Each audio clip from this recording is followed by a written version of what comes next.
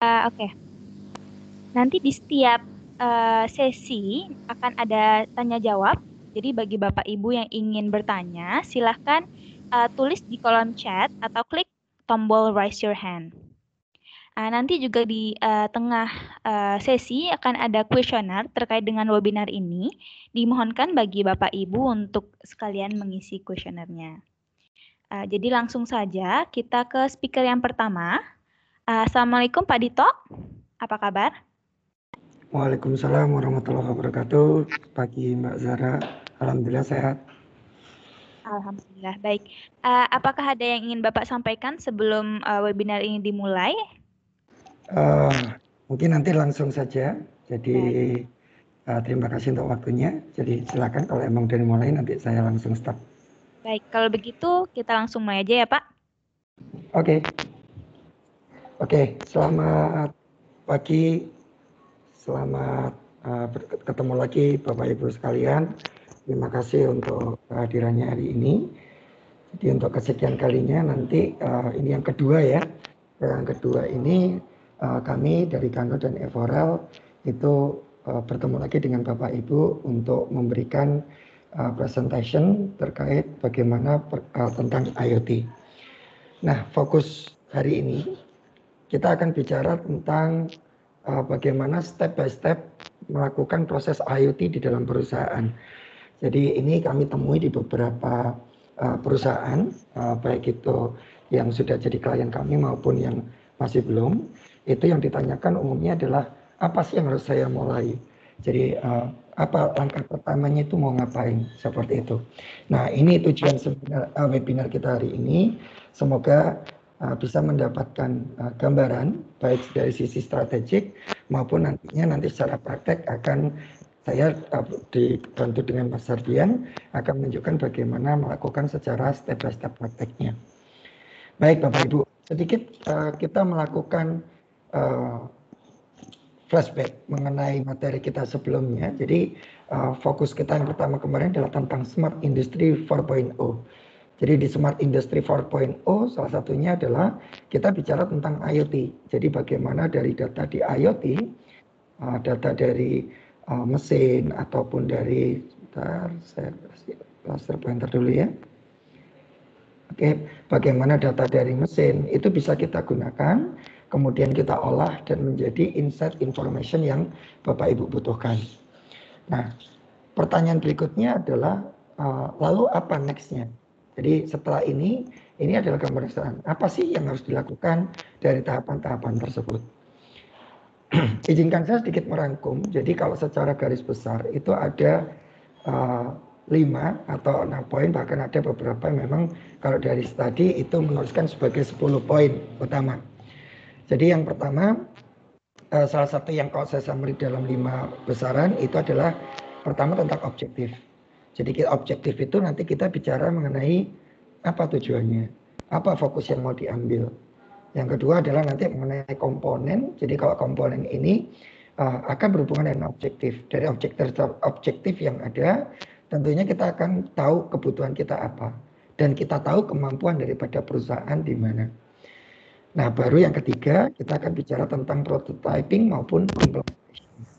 Dan sedikit tentunya nanti bagaimana sih supaya menjaga implementasinya itu smooth. Nah, kemudian nanti 2 hal yang berikutnya yang terkait integration dan security. Integration nanti kita bicara tentang apa manfaat lain, bagaimana kita mengembangkan, bagaimana kita melakukan high level, meningkatkan level daripada digital 4.0 kita. Kemudian yang tidak kalah pentingnya adalah nanti terkait masalah security. Oke, nah yang pertama tentang objektif. Jadi sering kami menghadapi beberapa klien, itu pertanyaan pertama mereka adalah, Pak, saya pengen itu gambarannya yang disampaikan ke kami adalah gambaran besar. Saya pengen bahwa nantinya itu saya bisa memantau tentang prediktif, saya bisa memantau tentang hubungan antar proses, saya bisa melakukan analisis.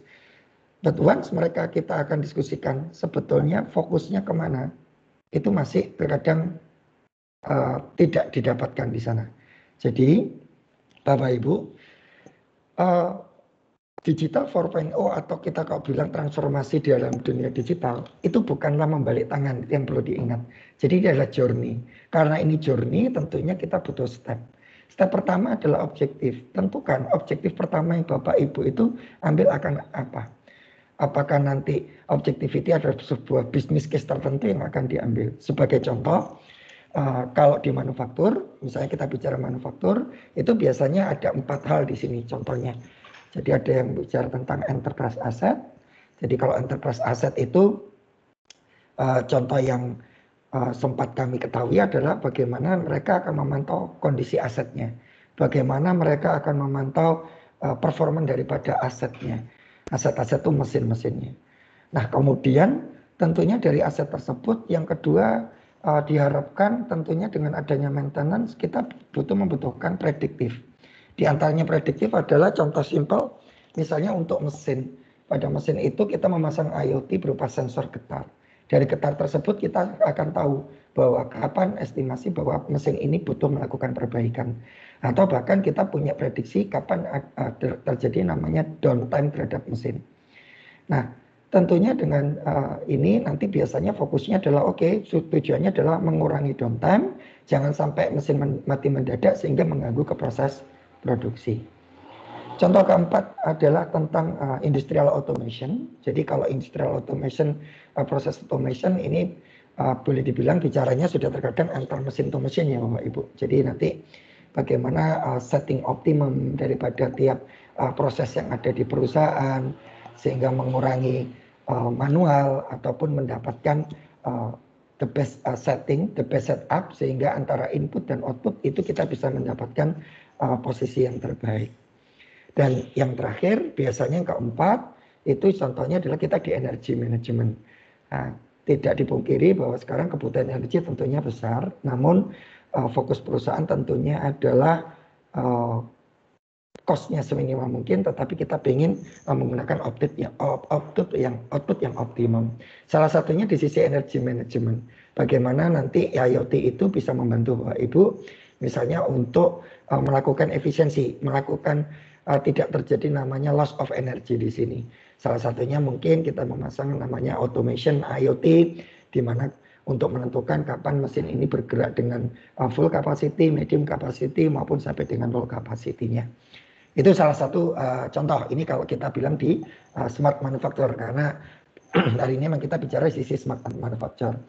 Nah, beberapa contoh juga itu bisa dilakukan, misalkan kalau kita bicara di distribution, kita bicara di sisi healthcare, bahkan sampai ke sisi security IoT.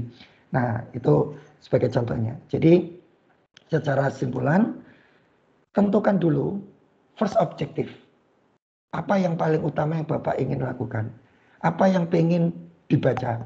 Apa output yang ingin dihasilkan? Itu dulu.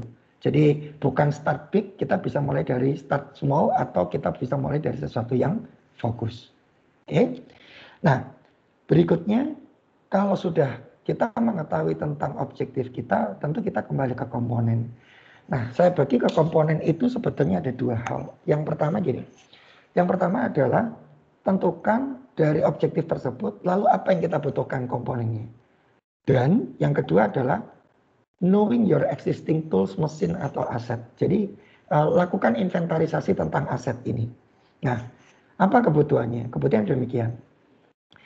Tentunya begitu kita tahu objektif daripada goal yang akan kita capai dari IoT kita, tentunya kita bisa menentukan komponen yang kita butuhkan. Di antara ini misalnya contoh mulai dari sensornya, ada edge gateway-nya, nanti IoT platformnya mau apa, terus bagaimana cloud management and analytics software-nya. Nah, pemilihan-pemilihan ini itu kita lakukan tentunya kita sesuaikan dengan objektif yang akan kita capai. Dan dari pemilihan tersebut sebetulnya juga terkait terhadap existing mesin atau tools. Beberapa aset mungkin yang baru-baru, yang saat ini baru sudah dilengkapi dengan sensor Bapak Ibu. Sudah dilengkapi dengan IoT mereka. Jadi mereka sudah siap untuk dilakukan data tagging, kemudian nanti data itu tinggal kita tarik untuk kita lakukan pengolahan. Namun beberapa mesin, terutama mesin lama, tentunya dia masih belum ada. Sehingga kita akan menentukan apa yang harus kita pasang. Kemudian bagaimana compatibility-nya. Apakah secara teknologinya, misalnya kalau kita bicara teknis tentang elektronik, misalnya dari portnya itu sendiri, dia menggunakan serial port, atau kode USB port, atau masih menggunakan paralel. Nah, bagaimana komunikasinya, itu akan mempengaruhi komponen yang kita tuju. Nah, namun ingat komponen ini nanti tentunya kalau saya contohkan di gambar sebelah kanan, itu adalah bergerak dari bawah ke atas. Jadi mulai dari level, istilahnya level operation, jadi kita bicara tentang sensor, smart meter, kemudian ada PLC controller, gateway, sampai ke atasnya. Jangan lupa komponen itu termasuk bagaimana kita meletakkan IoT platform, Bapak Ibu. Buat apa? IoT platform ini adalah salah satunya adalah untuk sebagai data storage yang Bapak Ibu gunakan. Kemudian dari data storage tersebut, bagaimana data nanti akan dijadikan sebagai bentuk pembelajaran, bentuk analitik, bentuk visualization. Yang tentunya itu yang jadi goal kita, bahwa kita bisa memantau kondisi dalam bentuk sebuah visual, sebuah analitik yang bermanfaat bagi perusahaan. Oke, nah salah satu komponen ini yang juga perlu Bapak Ibu perhatikan adalah challenging-nya adalah umumnya yang terjadi permasalahan salah satunya di data warehouse-nya. Jadi kalau sudah menggunakan IoT ini kan tingkat growth daripada data ini cukup besar. Sehingga Bapak Ibu perlu memperhatikan bagaimana menjaga terkait masalah growth data tersebut. Sehingga untuk menghindari terjadinya data storage issue, di mana lack of data di beberapa company yang sempat saya diskusi, ada yang memang masih menggunakan platform semuanya, saya mau on-prem dulu semuanya saya simpan, tapi akhirnya mereka benturannya adalah terkait masalah data growth itu sendiri, karena kebutuhan terhadap storage. Yang kedua adalah terkait masalah bagaimana nanti platform untuk unstructured data processing. Jadi kalau IoT ini umumnya data yang diambil biasanya banyak yang lebih unstructured. Nah, bagaimana nanti melakukan analitiknya. Nah, tool-tool seperti inilah yang Bapak Ibu juga harus perhatikan agar nantinya goal dan objektifnya bisa tercapai. Oke. Nah, kemudian yang ketiga baru kita bicara tentang implementation and prototyping. Nah, transformasi digital IoT smart manufacture itu bukanlah pekerjaan orang IT, bukanlah pekerjaan orang engineer saja, tetapi sebetulnya dia membutuhkan sebuah tim member. Tim member ini yang tentunya mempunyai base skill masing-masing, mempunyai kemampuan masing-masing yang nantinya akan dimanfaatkan untuk melakukan objektif bersama. Jadi salah satu contohnya adalah kita butuh orang lapangan, istilahnya orang di operation, yaitu industrial. Salah satunya mereka memberikan pandangan. Oke, misalnya kita bicara tentang automation. Nah, di automation itu sendiri produksinya mau seperti apa? Bagaimana mengukur formulasi? Apa yang menjadi dasar formula atau ingredient? Apakah tentang kelembapan ataukah tentang kekentalan? Nah, itu akan berpengaruh. Nah, dari informasi tersebut nanti kemudian kita bisa bergerak ke sensor, tentunya kita bicara hubungannya electrical, mechanical, knowledge itu dibutuhkan. Nah, kemudian di sisi berikutnya adalah kita membutuhkan orang yang bisa memahami sisi back end dan front end. Bagaimana menerjemahkan data di sisi lapangan, kemudian data itu akan dimasukkan ke dalam data storage. Nah, dan tidak kalah pentingnya yang dibutuhkan adalah tentang kolaborasi dari data storage, data scientist itu sendiri. Jadi IoT itu bukan bicara tentang pokoknya mesin, saya kasih sensor dapat. Nah, bagaimana melakukan scientist data, bagaimana kemudian data tersebut dijadikan analitik yang bermanfaat, bagaimana data tersebut akhirnya bisa memberikan manfaat dan memberikan output terhadap kondisi manufaktur yang dilakukan di perusahaan kita. Nah, itu juga kita butuhkan collaboration di sisi data scientist. Nah, 3 hal utama ini menurut saya Bapak Ibu yang perlu diperhatikan pada waktu kita melakukan start atau melakukan proses step by step melakukan proses IoT itu sendiri. Oke, karena waktu saya akan singkat aja. Kemudian yang keempat adalah tentang integration.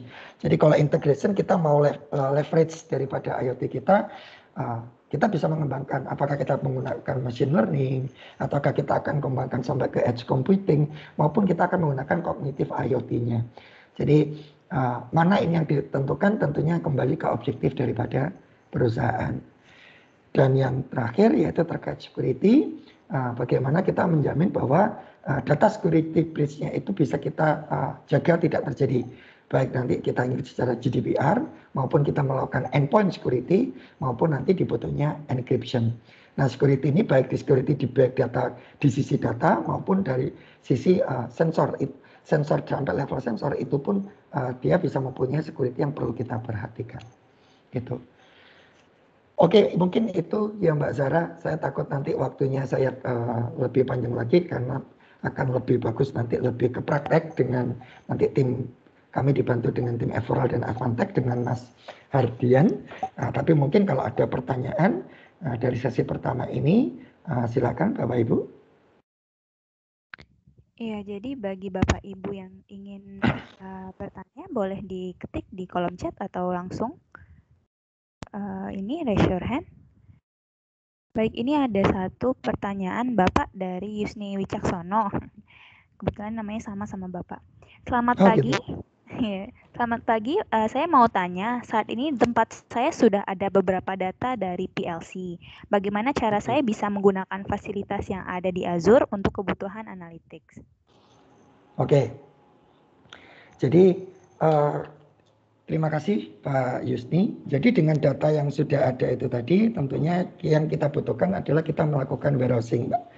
Jadi data dari PLC yang ada dan data warehousing sudah ada, maka next step-nya adalah Bapak melakukan proses data scientist itu tadi. Jadi data scientist ini yang akan menerjemahkan bagaimana data yang sudah ada untuk dijadikan dalam proses analitik untuk mengeluarkan atau melakukan visualisasi terhadap informasi yang dibutuhkan. Nah, apa informasinya? Tentunya kembali ke goal yang dibutuhkan. Nah, goal ini yang kemudian yang berhubungan PLC tadi, itu nanti bisa memberikan informasi lebih lanjut ke atas kebutuhan Bapak. Seperti itu. Oke. Demikian Pak Yusni, ada lagi? Apakah ada lagi yang ingin bertanya? Jika ada yang ingin bertanya, boleh ketik di meeting chat ini atau langsung raise your hand. Langsung tanyakan ke Bapak Dito. Sebelum kita berpindah ke sesi selanjutnya, ini ada... Oh ya, boleh saya tambahkan Mbak Zara? Boleh sekali Bapak. Ya, saya baru note ini pertanyaannya, salah satunya adalah di sisi Azure. Jadi dari sisi Azure sendiri secara platform, Azure memang sudah menyediakan baik itu dari sisi untuk pengambilan datanya, melakukan proses analitiknya, sampai kemudian ke machine learning-nya.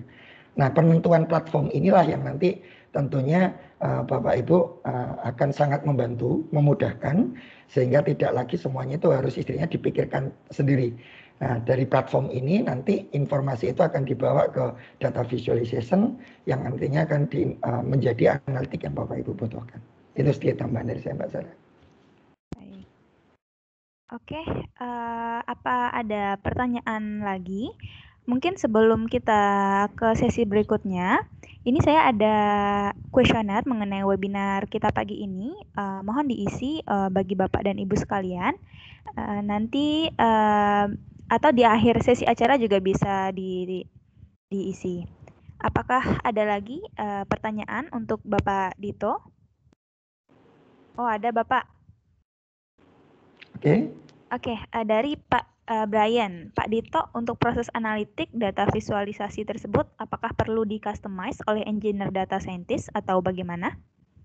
Oke, terima kasih Pak Brian. Jadi yang pertama, salah satu yang biasa kami pakai untuk data scientist mulai dari data ini adalah visualisasi menggunakan Power BI. Nah, sebetulnya di situ sudah tersedia Pak. Jadi bagaimana nanti standar visualisasi, standar informasi yang biasa kita bisa gunakan untuk dalam bentuk grafik atau chart, nah itu bisa kita lakukan. Namun memang betul yang diperlukan adalah bagaimana data scientist menggabungkan data yang ada tersebut, melakukan analitik terhadap data tersebut, kemudian menerjemahkan dalam bentuk visualisasi yang dibutuhkan perusahaan. Sebagai contoh, Sebagai contoh adalah kita bicara tentang predictive maintenance. Nah, yang diambil salah satu sensornya yang pernah saya alami adalah tentang sensor getaran sebuah mesin. Nah, dari getaran sebuah mesin itu nanti, getaran itu kita mempunyai parameter tertentu, Pak. Di situ akan kita ketahui bagaimana data penyimpangan-penyimpangannya, deviasi yang dilakukan, sehingga kita bisa mengerti pada batas level apa kita akan menentukan bahwa mesin ini butuh lakukan terkait downtime. Apakah mesin prediktif terhadap downtime ataupun kita bisa melakukan tindakan terhadap pencegahan terhadap downtime tersebut. Nah, seperti itu. Nah, termasuk nanti kalau kita visualisasi nanti tinggal memunculkan hasil grafik grafik atau data analitik tersebut dalam bentuk yang boleh dibilang sederhana, boleh dibentuk yang bisa dibaca dengan baik istilahnya. Jadi bukan merupakan hanya sebuah raw data. Seperti itu.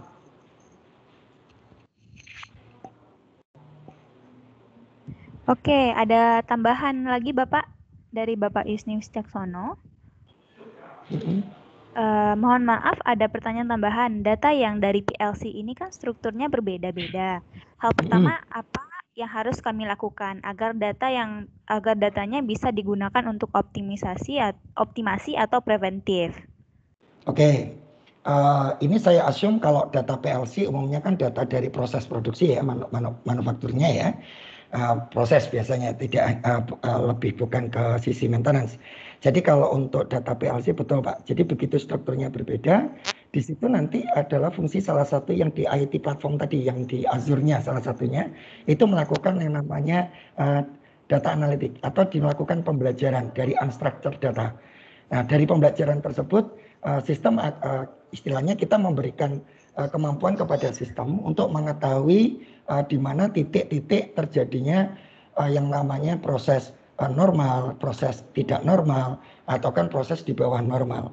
Nah, nanti dari situ istilahnya dari situ itu yang akan kita gunakan untuk sistem akan memberikan informasi terkait mana sih titik optimum atau titik non optimumnya, sehingga kita bisa mengetahui preventifnya.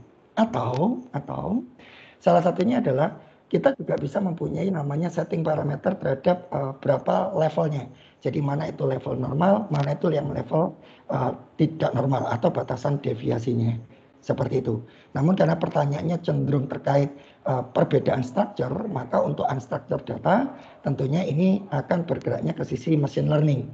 Jadi sistem akan membaca, mempelajari bagaimana trennya pergerakan, dan itu yang akan dijadikan dasar oleh sistem untuk melakukan prediktif terhadap kejadian ke depannya, normal ataukah tidak, ataukah ada perlu tindakan yang dilakukan. Seperti itu Pak Yusni.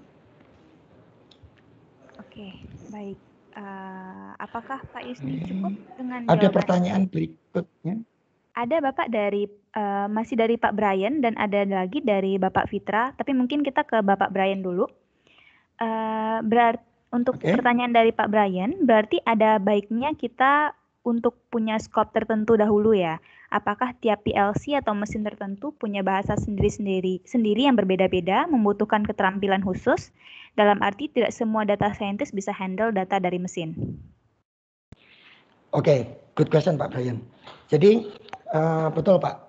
Jadi kita perlu fokus dulu. Goalnya mau ngapain?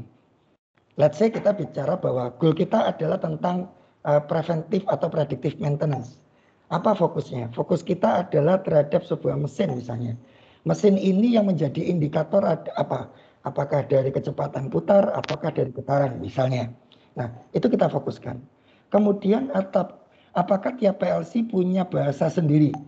In prinsip sebetulnya secara konsep PLC itu memang programmingnya terkait daripada device-nya masing-masing Pak.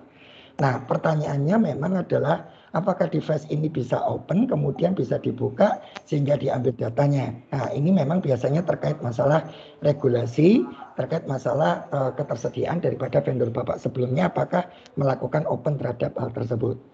Namun pengalaman kami either itu pun tidak bisa dilakukan, biasanya kita bisa menggunakan beberapa cara lain. Apakah kita bisa menambahkan sensor tertentu yang bisa memiliki kesamaan data, ataukah kita biasanya kalau kita bicara PLC, kita ambil dari data serial portnya, itu nanti kita terjemahkan. Walaupun dalam tanda kutip hal ini bukan best practice ya Pak, karena istilahnya kita jadi istilahnya menebak dari informasi tersebut, tidak mengambil yang sudah dalam bentuk diterjemahkan oleh PLC. Itu. Nah, tetapi saya sambung dengan pertanyaan Pak Fitra atau Bu Fitra ya. Jadi Pak Fitra juga jadi menyambung adalah betul tidak semua mesin itu sudah ready untuk dihubungkan ke IoT. Beberapa mesin kita membutuhkan istilahnya menambahkan tools, menambahkan sensor atau menambahkan peralatan di mana peralatan itu bisa memberikan informasi kepada perusahaan. Misalnya contoh di konvensional conveyor itu biasanya tidak ada yang namanya sensor yang melakukan proses perhitungan, proses counting. Nah, kalau kita ingin membaca tentang counting, kita di konvensional conveyor tersebut kita tinggal tambahkan aja Pak. Apakah kita tambahkan counting, counter, kemudian nanti kita tambahkan yang baca kecepatan daripada motor, seperti itu. Sehingga kembali lagi goalnya apa dulu. Nah, dari goal tersebut kita tentukan titik mana yang harus kita pasang. Seperti itu, Pak. Baik, terima kasih Begitu Pak Brian sama Pak Fitra, semoga menjawab. Ya. Baik, ada satu pertanyaan lagi Bapak. Sebelum kita pindah. Oke, baik. Terima kasih Pak Yusni. Jadi betul Pak, jadi kami di sini dari Kano Teknologi Utama kolaborasinya dengan tim Evorel dengan toolsnya Advantage. Jadi memang dari sisi sensor IoT kemudian sisi hardware itu kami biasanya berkolaborasi dengan Mas Hardian di sini selaku wakilnya dari Evorel. Kemudian setelah datanya itu tersedia, datanya siap untuk dilakukan data science sampai analytics, itu nanti akan dibantu dari tim kami dari Kano Teknologi Utama. Tetapi apa yang kami hadirkan ke Bapak tentunya in one package, di mana kita bisa membantu Bapak dari end to end, jadi dari awal sampai dari hulu sampai dengan hilir sehingga menjadi informasi yang baik untuk Bapak. Begitu Pak. Baik, terima kasih Bapak Dito atas jawabannya. Karena kita dibatasi waktu, mungkin kita langsung saja ke Bapak Hardian. Sebelumnya terima kasih banyak atas penjelasannya Bapak Dito. Ya, terima kasih Mbak Fatima, terima kasih Bapak Ibu sekalian. Selamat pagi, Assalamualaikum warahmatullahi wabarakatuh. Waalaikumsalam warahmatullahi wabarakatuh. Halo Bapak Dito, apa kabar? Pak Hardian mungkin Mbak Pak Hardian memang. Halo Pak Hardian, apa kabar? Ya, alhamdulillah baik Mbak Sarah. Baik. Mungkin sebelum kita mulai, apakah ada yang mau disampaikan Bapak? Sudah Mbak, mungkin nanti bisa dalam presentasi saja nanti akan saya coba ulas terkait dengan pembabaran dari Bapak Dito tadi. Baik, kalau begitu kita langsung mulai saja Bapak. Siap, saya share screen dulu Mbak ya.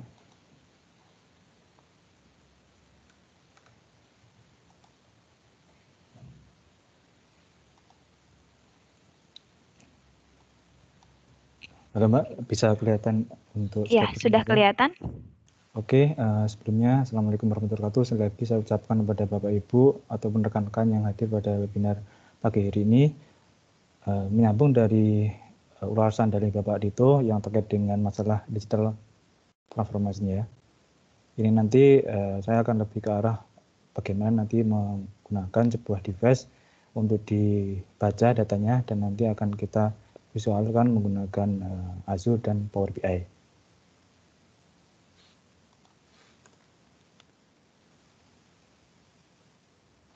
Saya tampilkan dulu untuk overview ya dari terkait dengan proses manufaktur di industri sendiri seperti apa. Di sini kita lihat bahwa terdapat banyak mesin yang mungkin sudah ada di perusahaan Bapak Ibu ya. Nanti bisa dalam bentuk sensor maupun dalam bentuk hardware equipment yang lebih besar. Di sini ada sebuah ilustrasi juga bahwa kita perlu melakukan artinya perubahan terkait dengan digital. Kenapa itu sangat perlu dilakukan? Yang pertama bahwa dengan adanya perubahan itu kita dimungkinkan untuk melakukan reduce ya dalam hal bisa dalam maintenance cost, kemudian juga dalam resources. Di mana kita perlu melakukan transformasi itu yang utama adalah merubah yang dulunya masih manual checking ya, kita perlu jalan ke lokasi, dan kita dengan adanya perubahan digital itu kita bisa melakukan secara real time maupun kita bisa menggunakan historical tracking. Jadi nanti kita bisa mengetahui beberapa data sebelumnya.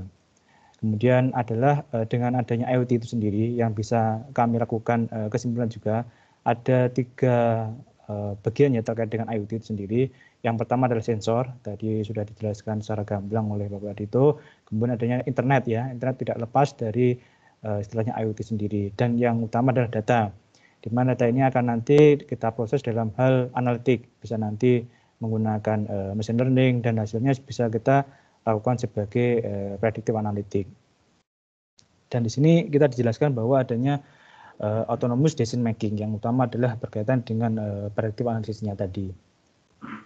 Kemudian kalau kita lihat di industri itu sendiri ada 2 segmen ya, ada OT dan IT, di mana kalau OT itu lebih ke arah operasional ya, operasional teknologi yang langsung bersentuhan dengan peralatan, bisa seperti sensor, PLC maupun beberapa jenis mesin yang lainnya. Sedangkan di IT yang sudah diulas bahwa ini lebih ke arah backend dan frontend-nya ya, nanti berkaitan dengan bagaimana data akan diolah dan bagaimana cara mengolahnya untuk menghasilkan informasi yang informatif yang pihak mempunyai wewenang untuk melakukan riset tersebut. Di sini ada sebuah pembatas antara OT dan IT bahwa kemungkinan besar untuk OT itu hanya tahu terkait dengan bagaimana kita menjalankan operasional saja, sedangkan IT lebih ke arah data yang nanti akan kita olah dalam bentuk visual seperti apa. Nah, dengan adanya perkembangan industri 4.0 ya, yang bisa kita lihat sebagai smart factory ataupun juga factory automation ataupun manufacturing automation sama secara prinsip juga bahwa itu ada 4 bagian yang bisa dipilah-pilah. Yang pertama adalah management of IP-based device, artinya nanti setiap device itu banyak memungkinkan menggunakan IP base karena bisa nanti kita komunikasikan menggunakan LAN port dan kita akses sebagai internet. Yang kedua adalah IT dan OT convergence, di mana ini harus kita lakukan penggabungan ya, integrasi antara IT dan OT yang sangat penting sekali untuk data-data yang akan kita visualisasikan nanti. Kemudian ada peer-to-peer communication, artinya dari setiap mesin-mesin yang ada di sebuah perusahaan itu pasti akan kita lakukan ambil datanya ya. Jadi kita perlu memonitoring untuk status alarm, kemudian status temperatur, pressure, dan nanti bisa kita artinya memberikan trigger ya. Tidak hanya satu device, ada beberapa device yang saling terhubung untuk memberikan informasi yang saling berhubungan. Kemudian yang terakhir adalah yang bisa dibilang protokol ya. Kalau bahasa awamnya protokol sudah bahasa itu sendiri ya. Jadi protokol dari mesin-mesin pasti berbeda. Tadi sudah ada pertanyaan bagus dari partisipan terkait dengan protokol. Jadi banyak protokol yang bisa nanti di setiap mesin itu pasti dari setiap mesin mempunyai bahasa sendiri-sendiri. Bagaimana nanti kita mengintegrasikannya, mungkin nanti akan saya coba ulas di selanjutnya. Yang menjadi concern ya, bagaimana nanti kita melakukan pertama seperti apa tahap awalnya dan bagaimana kita implementasinya. Di sini kami ya dengan Kano, Evolve dengan Kano ada 4 konsep yang ingin diusung. Yang pertama adalah collect data, jadi data akan di-collect dengan menggunakan device sebagai ADM I/O, kemudian remote I/O, macam-macam yang terkait dengan sensor nanti akan kita terima sebagai data akuisisinya. Kemudian ada connect ya, connect dari beberapa device. Satu akan kita compute, datanya nanti kita akan ulah di gateway atau IoT platformnya seperti apa. Yang terakhir adalah create. Ya.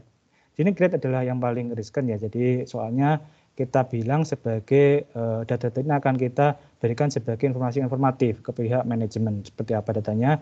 Jadi create itu bisa sebagai hal ini dalam server lokal ya, server lokal maupun nanti kita bisa menggunakan cloud atau Azure adalah hal-hal yang penting sekali dari layer bawah atau kita di industri itu bisa dibilang sebagai downlink layer ya, dan seterusnya sampai ke uplink layer ya. Downlink itu adalah di sensor, fleet instrumen, sedangkan uplink adalah sebagai pihak untuk Azure dan sebagainya. Di sini yang menjadi perbedaan adalah bagaimana ya kita caranya kalau di bawah, bagaimana kita melakukan koneksi antara device-device itu. Pasti mungkin dari Bapak Ibu pernah mengalami sekian, seperti apa, bagaimana. Kemudian nanti setelah kita mengetahui bagaimana mengkoneksinya, pasti bagaimana nanti kita mengambil data dari sensor tersebut ya. Jadi ada beberapa tahapan yang perlu kita cermati juga, bahwa setelah kita mengetahui koneksi, kemudian kita juga mengkoleksi data, bagaimana nanti kita akan mengirimkan data itu ke uplink layer ya. Dalam hal ini adalah menggunakan Azure Cloud. Ini nanti ada sebuah ilustrasi juga bahwa untuk layer field instrument itu bisa diwakilkan adanya sensor, ada misal temperatur, pressure, kemudian counting tadi, juga metering ya, ini KWH meter, yang dimana tensionnya adalah nanti berkaitan dengan saving energy ya. Jadi kita bisa mengetahui untuk track record penggunaan dari energinya berapa KWH, kemudian juga ada PLC, dan juga ada aktuator maupun relay. Ini adalah data-data yang dari kita dapatkan di field instrument, kemudian nanti akan diolah di sisi IT menggunakan data analitik, dan hasilnya bisa membuat istilahnya predictive maintenance. Nah, secara garis besar ini adalah bagian ya terkait dengan penggunaan OT layer di sensor dan data networking. Ada beberapa protokol ya, atau bisa dibilang sebagai bahasa ini ya, jenis-jenis bahasa, macam-macam bahasa. Kemudian nanti dari jenis-jenis bahasa ini kita akan kumpulkan dulu dalam IoT platform dulu ya. Jadi setelah kita mendapatkan data-data dari beberapa jenis ataupun device yang berbeda, kita nanti pertama perlu mengumpulkan di namanya IoT platform dulu ya. Sebelum nanti akan kita lakukan pengiriman data di Azure sebagai data analitiknya. Jadi banyak-banyak protokol juga, di layer downlink itu juga banyak protokol, dan di uplink pun juga banyak protokol. Kalau kita menggunakan di sini ya, menggunakan Azure, biasanya adalah menggunakan MQTT protokol. Sama ya, sama-sama bahasa, beda penggunaan saja untuk jenisnya ini. Nah, kemudian bagaimana ya kita nanti akan melakukan konektivitas antara IT platform dengan Azure ya. Ini ada sebuah ilustrasi juga bahwa ada beberapa contoh IoT gateway dengan menggunakan protokol MQTT dan beberapa jenis komunikasi ya. Kalau di bawah ini merupakan jenis komunikasi yang artinya ada akses internet untuk device-nya IoT gateway itu sendiri. Jadi setelah kita bisa melakukan akses internet di IoT gateway, pasti nanti kita bisa melakukan penghubungan data atau pengiriman data ke cloud ya, ke cloud Azure, dengan adanya fitur dari Azure itu adalah namanya IoT Hub ya. Kemudian dari IoT Hub itu nanti kita bisa melakukan beberapa contoh dalam database, data analitik, maupun dalam bentuk visualisasi, dan nanti lebih ke arah AI ataupun machine learning dan sebagai hasil sebagai predictive maintenance-nya ya. Ini dari layer yang tadi, kemudian nanti kita bisa olah di IT platform, selanjutnya akan diproses di data analitik menggunakan Azure. Nah, ini merupakan kolaborasi kami dengan Kano terkait dengan bagaimana kita membuat create simple project dari ya, di sini ada sebuah struktur juga bahwa ini menggunakan adanya field instrument ya, berupa temperatur transmitter, kemudian adanya pressure transmitter dengan menggunakan ini kalau bahasa tekniknya ada beberapa komunikasi ya, bisa adanya arus maupun voltase. Dalam hal ini menggunakan output berupa arus 420 mA. Dalam artian ini adalah data-data mentah Mas Yan, belum data yang secara real di sini. Misal di sini baca 20, tapi nanti ini pasti dikonvert ke berapa ya. Jadi di sini adalah data dari 20 sampai 100, kemudian nanti kita convert ke 420 mA. Data di sini juga masih mentah. Sama nanti setelah data pressure dari 0 sampai 40 bar misal ya. Kemudian nanti dikonvert juga ke 420 mA.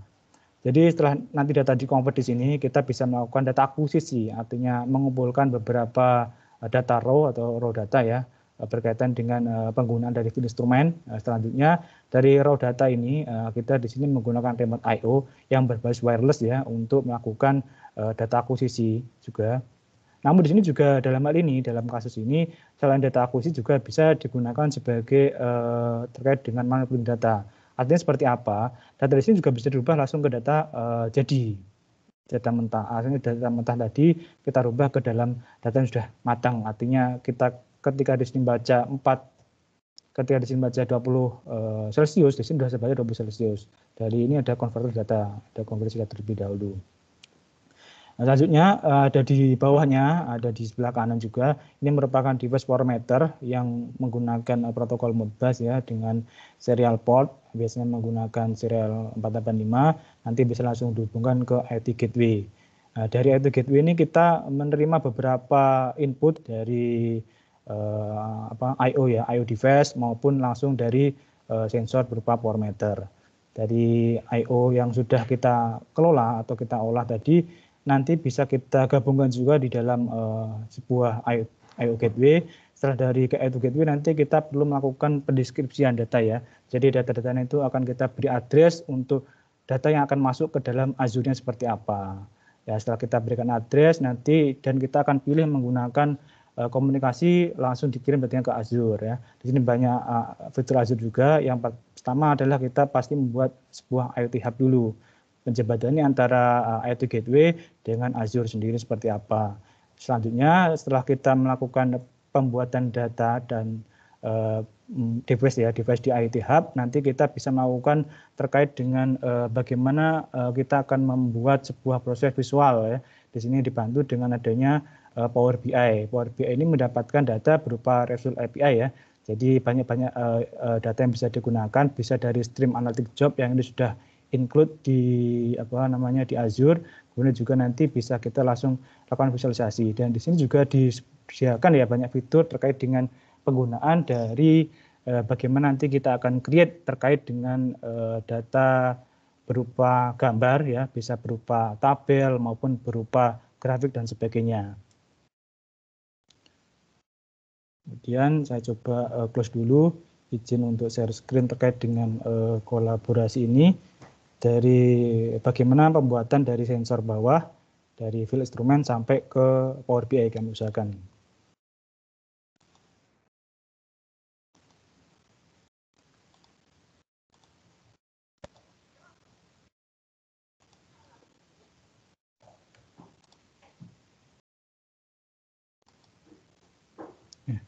Muncul Pak ya? Sudah muncul. Oke, baik.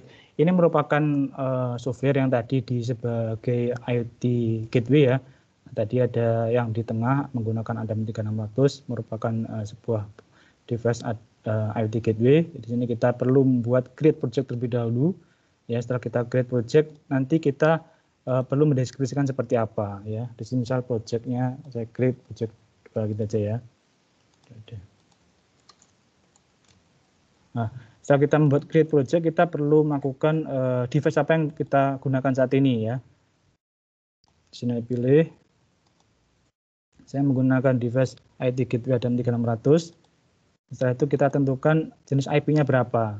Kita tentukan IP, kemudian kita menggunakan time zone ya. Time zone berupa lokasi kita, domisili kita, kemudian kita klik apply dan akan muncul beberapa fitur juga ya. Di sini nanti bisa kita langsung koneksikan kalau di sini.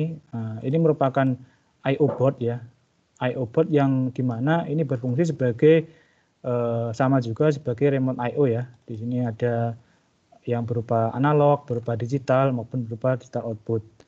Nah, dan di sini adalah adanya COM port ya. Tadi COM port ada kita melakukan koneksi ke power meter ya. Jadi nanti kita perlu mendiskusikan terkait dengan COM port. Misal saya menggunakan COM port 2. Di sini kemudian saya pilih terkait baud rate-nya berapa ya.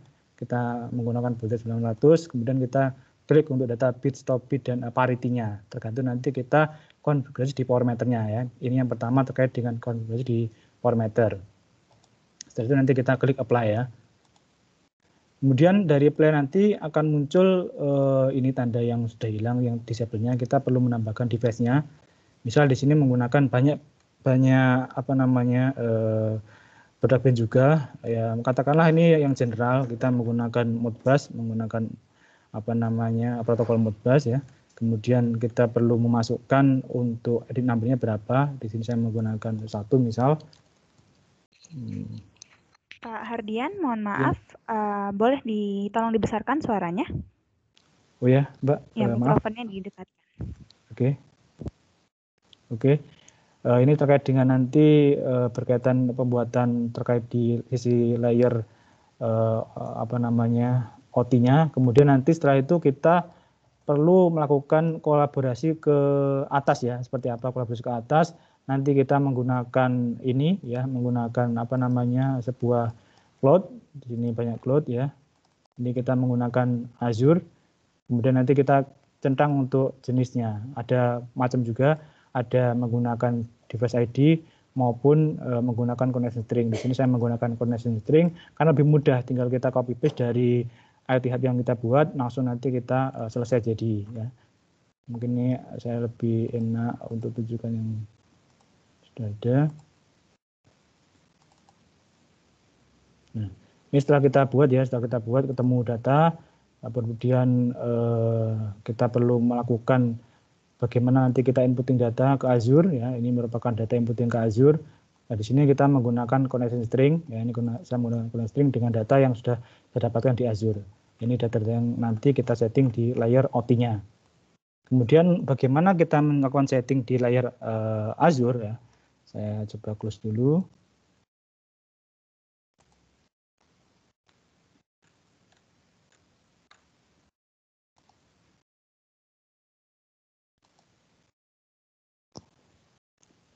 Kelihatan ya Mbak Zara?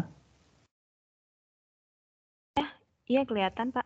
Oke ya, ini merupakan Azure kami ya, Azure saya sendiri untuk melakukan bagaimana nanti melakukan pembuatan data di Azure-nya. Ini ada IoT Hub, kita nanti perlu melakukan istilahnya registrasi dulu ya, input jenis hub-nya seperti apa. Nah, di sini banyak juga, misalnya saya klik add di sini ya, saya klik add untuk IoT Hub-nya. Di sini kita tentukan untuk jenisnya apa. Kalau misalnya di sini saya menggunakan subscribe dari Sastaden, nanti banyak juga untuk opsi yang sudah dilakukan registrasi. Setelah itu kita nanti klik create, kemudian setelah itu nanti akan muncul datanya ya. Setelah kita create di IoT Hub, data-data itu akan kita olah di Power BI ya. Tapi sebelum ke Power BI kita ada yang namanya data stream analytic ya. Jadi stream analytiknya berfungsi sebagai pengirim data dari Azure ke ke Power BI ya, ke Power BI. Di sini kita perlu melakukan input terkait dengan penggunaan stream analytiknya sebagai RESTful API-nya. Kemudian setelah itu akan kita olah di Power BI ya. Power BI seperti apa untuk tampilannya? Ini saya sudah run ya, untuk statusnya sudah saya run. Ini sudah tampil seperti ini untuk apa namanya di Power BI ya. Di Power BI ini banyak fiturnya juga yang bisa kita artinya demonstrasikan atau kita membuat sebuah visual ya. Sebuah contoh buat satu visual aja. Di sini menggunakan apa namanya custom stream ya, custom data, dan saya pilih untuk tadi untuk stream analitiknya. Saya klik next, kemudian kita perlu melakukan pemilihan data berupa apa visualnya ya. Di sini kita menggunakan visual gig ya. Kemudian saya pilih contoh adalah misal di sini adalah KWH ya. Saya pilih KWH. Kemudian nanti saya tentukan juga untuk apa namanya deskripsinya seperti apa. Kalau misalnya tanpa deskripsi kita bisa langsung klik apply ya. Nanti akan muncul di sini. Nah, muncul seperti ini untuk nilai KWH meternya. Ini nilai dari KWH meternya sekian adalah pembacaan dari KWH meter. Bagaimana untuk data-data yang akan kita lakukan report ya? Kita perlu pendeskripsian dulu di sini. Kita mengambil di sebuah visual yaitu hasil report. Dimana hasil report ini nanti kita bisa olah juga datanya. Nah, di sini contoh dari hasil reportnya. Misal saya menggunakan ini berupa report ya, jadi perlu saya melakukan pemilihan untuk visualnya, misal menggunakan table ya. Kemudian di sini adanya klik jenisnya seperti apa, mau parameter apa yang mau diambil. Misal di sini adalah pembacaan terkait dengan apa namanya temperatur dan pressure ya. Nah, ini sudah muncul datanya. Kita juga nanti bisa melakukan artinya pembacaan ya. Bacaan misal di sini saya lebih besarkan ya. Terkait dengan data-datanya ini sudah ada banyak sekali data-data yang sudah termasuk, dan nanti bisa diekspor datanya ya. Data-data bisa diekspor, tinggal nanti seperti apa kebutuhannya. Jadi kita bisa melakukan exporting data. Ini ada export data, nah, macam-macam. Untuk pemilihannya adalah sampai ini dengan menggunakan format Excel ya, format Excel maupun CSV. Setelah itu kita klik export. Itu merupakan tahapan dari beberapa step di layer OT sampai dengan layer IT, dari sensor, kemudian adanya IoT gateway, sampai dengan nanti kita visual menggunakan Power BI. Yang harus kita lakukan utama adalah nanti integrasi dulu di Azure-nya. Mungkin itu yang bisa saya tambahkan ya Mbak Zara terkait dengan penerapan atau penggunaan dari implementasi ini. Untuk waktu ini saya kembalikan ke Mbak Zara selaku moderator. Baik, terima kasih Bapak Hardian. Di sini kita ada 2 pertanyaan. Pertama dari Bapak Bapak Yusni. Misal ya, kalau ini Bapak Hardian boleh lihat di meeting chat. Misal PLC yang ada protokolnya beda-beda, apakah harus diganti semua atau ada semacam konverternya agar bisa dibaca lewat gateway-nya? Ya, baik, terima kasih atas pertanyaan dari Bapak Yusni ya, terkait dengan bagaimana nanti kita melakukan pemilihan ya, atau pemilihan jenis gateway seperti apa. Di sini untuk PLC-nya macam-macam ya, dengan bahasa yang berbeda atau protokol yang berbeda. Kita bisa menggunakan perlu memastikan dulu ya Pak ya. Di sini untuk IoT gateway yang kami gunakan ini adalah protokol yang support terkait dengan Modbus, kemudian OPC, kemudian juga adanya Profinet ya, yang di sini menggunakan mungkin adanya brand Siemens ya, terkait dengan protokol yang digunakan itu. Jadi pendefinisian nanti kita lakukan di pemisahan tadi ya. Kita setelah melakukan pemilihan terhadap jenis IoT gateway apa yang digunakan, kemudian kita juga bisa melakukan jenis PLC ya, PLC ataupun device yang menggunakan protokol yang berbeda. Tinggal nanti tergantung brandnya seperti apa. Untuk brand spesifiknya nanti akan kami kirimkan terkait dengan jenisnya itu. Baik, apakah sudah menjawab Bapak Yusni? Mungkin kita langsung ke pertanyaan berikutnya ya Bapak Ardian, ada dari Bapak Angga. Bagaimana cara kita memvalidasi data existing yang berada pada mesin atau yang ada di lapangan dengan data yang sudah dikirimkan bahwa data tersebut valid atau tidak? Maksudnya kesesuaian data di fenomena fisik sesuai dengan yang dikirim dan diterima oleh gateway pengolah data endpoint-nya. Dan apabila jika terdapat margin error pengolahan data, berapa persen margin error atas deviasi pengolahan data tersebut? Ya, baik. Pertanyaan dari Bapak Angga ya, terkait dengan bagaimana nanti kita melakukan validasi terhadap data yang sudah dikirimkan. Jadi seperti ini Pak Angga. Untuk prinsip IoT Gateway itu adalah menerima data-data dari device-device yang ada di layer bawahnya. Bagaimana dari device-device di layer bawahnya itu kita melakukan komunikasi ya, kita melakukan pembacaan data atau penerimaan data. Ada banyak metode yang bisa kita gunakan. Misal menggunakan di sini adalah wireless ya, itu merupakan teknologi wireless. Ada juga menggunakan nirkabel, yang artinya selain wireless ya, mungkin bisa dalam hal LoRa dan sebagainya. Ini adalah beberapa opsi komunikasi yang bisa dijadikan pilihan terkait dengan nanti bagaimana kita melakukan. Pertama adalah komunikasi antara layer downlink dengan layer di mana IoT gateway-nya. Jadi kita perlu memastikan bahwa dari IoT gateway maupun dari sensor ya, nanti kita perlu pastikan jenis komunikasi seperti apa. Itu yang pertama. Yang kedua adalah setiap jenis komunikasi di bawahnya itu pasti ada publish datanya berapa. Jadi setiap publish data berapa itu akan kita terima. Misal katakanlah setiap 2 second data akan dikirim ke IoT Gateway maupun nanti ke dalam hal ini ke Azure ya. Jadi banyak juga yang bisa nanti kita tentukan di situ, perlu konfigurasi lebih detail. Terus selanjutnya adalah dari data-data itu nanti kita bisa artinya tarik perbandingan data yang di saat ini dengan data yang di dibaca berapa ya. Jadi data-data yang diterima oleh sensor ataupun I/O gateway ya, ataupun I/O modul ya. Jadi nanti ada istilahnya data publish yang pertama tadi, kemudian ada juga untuk buffering ya, buffering data. Jadi misal gini, kalau buffering data itu tidak akan terkirim ya ketika koneksi internet terganggu. Jadi bagaimana kita melakukan antisipasi, yaitu dengan adanya buffering data. Buffering data dimungkinkan kita melakukan penyimpanan terlebih dahulu di flash storage-nya ataupun SD card storage ya, tergantung device-nya seperti apa.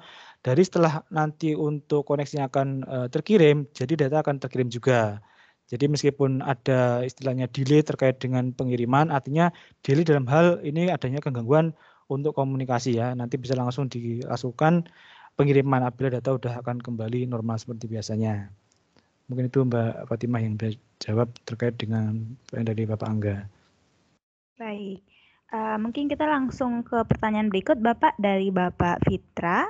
Selamat pagi, untuk security-nya bagaimana ya Pak? Dan IoT platformnya menggunakan apa ya Pak Hardian? Iya, terima kasih pertanyaan dari Bapak Fitra ya terkait dengan masalah sekuritas penggunaan IoT platformnya ya. Di sini banyak juga untuk masalah sekuritas ataupun keamanan ya terkait dengan data maupun akses ke IoT gateway-nya ya. Dimana untuk penggunaan data ini, jadi kita yang pertama mungkin dalam hal pembelian itu ya, autentifikasi ya. Jadi nanti kita perlu melakukan artinya input untuk username, password itu pasti untuk menjamin bahwa data itu memang benar tidak ada yang bisa akses kecuali yang diberikan mandatory. Yang pertama terkait dengan masalah autentifikasi. Bagaimana nanti kita melakukan artinya kalau misalnya kita ada data yang sudah diakses kemudian dilakukan input data yang salah, itu akan memberikan trigger ya, trigger banyak opsi yang bisa digunakan, bisa nanti dalam bentuk SMS bahwa ada data yang mencurigakan yang mengakses terkait dengan device IO gateway-nya, IT gateway-nya itu. Kemudian juga kita adanya pertama enkripsi data ya. Enkripsi data kita sudah menggunakan standar yang mungkin banyak digunakan juga, yaitu EIS 256 ya, terkait dengan enkripsi data. Kemudian juga adanya MD5 yang dimana ini nanti lebih concern kita melakukan upgrading terkait dengan project yang digunakan seperti apa.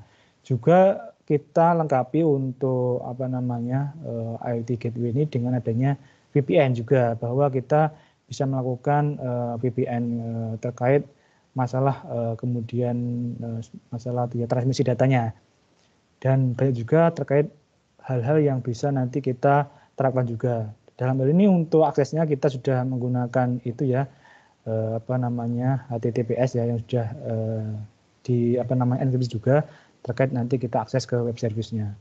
Mungkin itu Mbak Zara yang bisa saya tambahkan juga.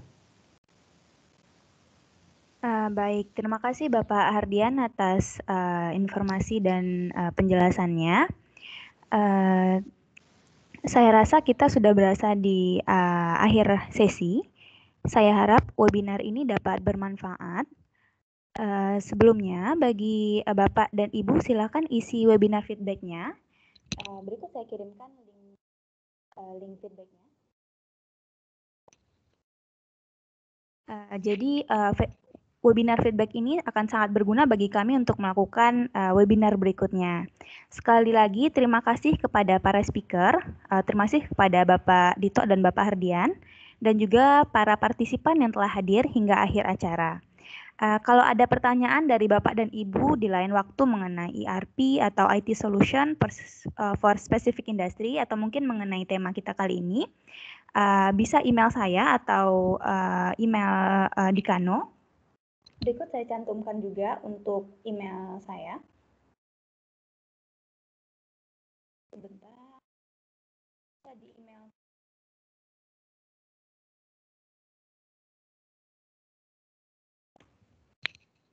Baik. Bisa di email saya di azahra@kanosolution.com. Oke, kalau begitu sekali lagi terima kasih untuk semua yang telah hadir. Stay healthy and stay safe. See you in the next webinar session. Bye-bye. Terima kasih. Terima kasih, Mas Zahra. Terima kasih.